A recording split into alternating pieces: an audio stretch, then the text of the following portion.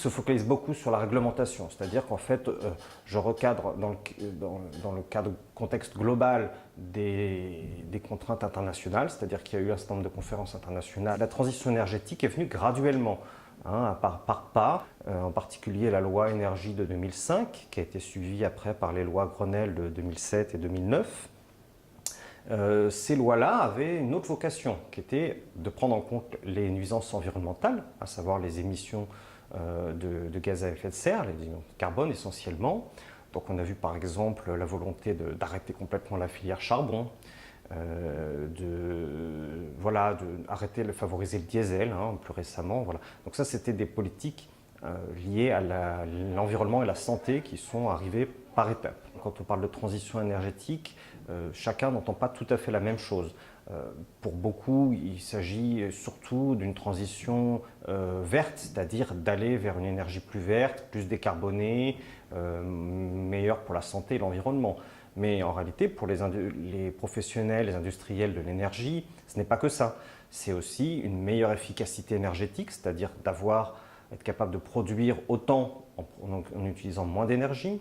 Ça peut être aussi de migrer de certaines ressources comme le charbon vers des ressources moins polluantes qui peuvent être le gaz ou typiquement sur les carburants, ça peut être de migrer davantage du diesel vers l'essence. Voilà. Donc on n'est pas nécessairement sur une substitution totale vers des énergies complètement vertes. Mais ça induit quand même un certain nombre de choses que les industriels et aussi les pouvoirs publics mettent en œuvre régulièrement.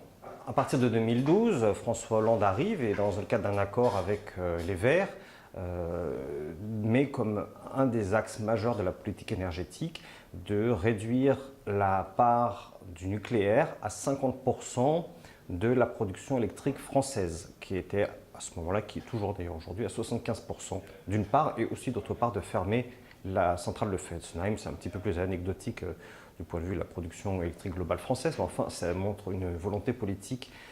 Or, le nucléaire étant une source de production d'électricité qui n'émet pas de gaz à effet de serre, ça crée une situation plus complexe qui doit répondre à une double problématique, à la fois de baisser les émissions de gaz à effet de serre, tout en réduisant la part du nucléaire, et tout en restant aussi fidèle à l'ancienne politique de tarifs relativement bas, accessibles et homogènes sur le territoire. Voilà, donc ça rend l'équation plus compliquée et le nouveau gouvernement qui est arrivé maintenant aussi en 2017 aura aussi cette tâche de faire concorder tous ces objectifs. L'article vise à étudier quelle est la cohérence de l'ensemble de ces réglementations et comment la France a décliné dans des mesures concrètes, fiscales, ou réglementaires ou normatives, tout ce contexte international qui allait vers des objectifs communs qui étaient la baisse des émissions et surtout le changement climatique. On a premièrement une baisse de la consommation d'énergie par habitant. Alors c'est vrai en France, mais c'est vrai aussi chez les pays voisins comparables, c'est-à-dire ceux de l'Union européenne ou plus largement ceux de l'OCDE. Alors cette baisse, on la retrouve un petit peu partout, mais elle est relativement accentuée en France. On a aussi une baisse des émissions de gaz à effet de serre par habitant toujours. Bon, il faut tenir compte quand même de la croissance de la population, mais même par habitant. Alors là, c'est assez notable puisque la France était déjà assez bien passée grâce au nucléaire en particulier. Il y a 10 ans, il y a 15 ans, elle a toujours été en dessous des moyennes de l'Union européenne.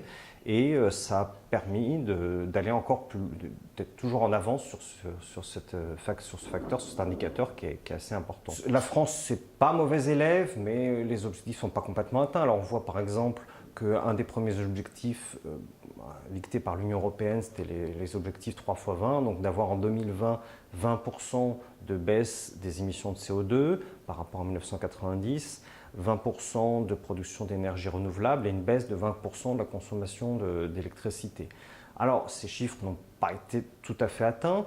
On est en 2017 maintenant, on n'est plus très loin de 2020. On sait que la France ne sera pas tout à fait à ses objectifs. Pas très éloigné, mais enfin on est en dessous. Alors, il n'y a pas de directive qui oblige les États à appliquer ces chiffres-là. Mais on voit que déjà en ayant du mal avec les 3x20, ça va être encore plus dur d'aller à l'étape au-dessus. Bon, c'est un cap. Après, les pays arrivent diversement sur chacun de ces objectifs.